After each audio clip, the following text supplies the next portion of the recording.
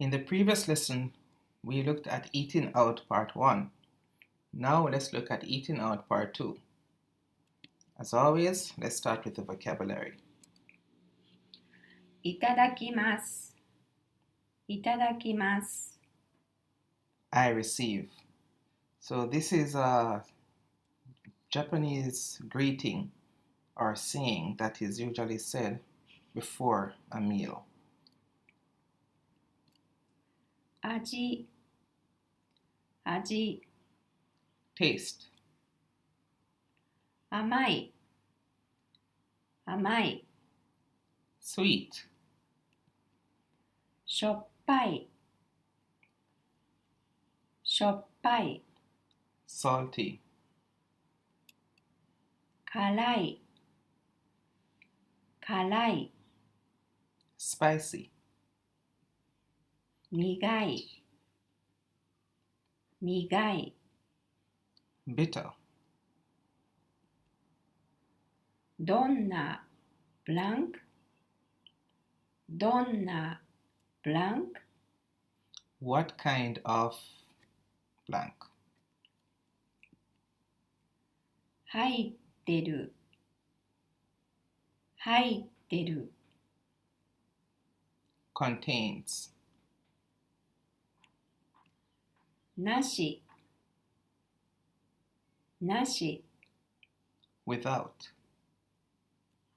Okay, now let's look at some key phrases. どんな味ですか？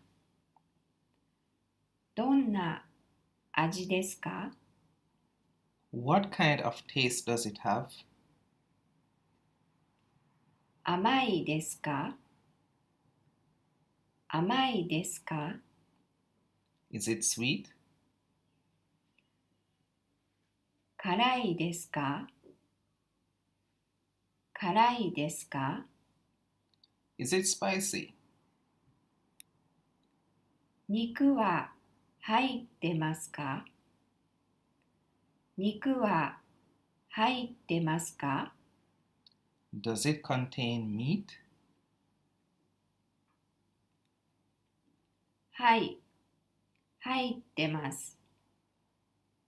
はい、入ってます。 Yes, it does. It includes meat. 肉なしでください。肉なしでください。 Please make it without meat. 魚が食べたい。魚が食べたい。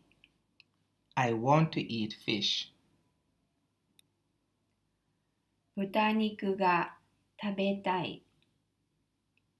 豚肉が食べたい。 I want to eat pork. Okay, that's all for today. Mata kondo.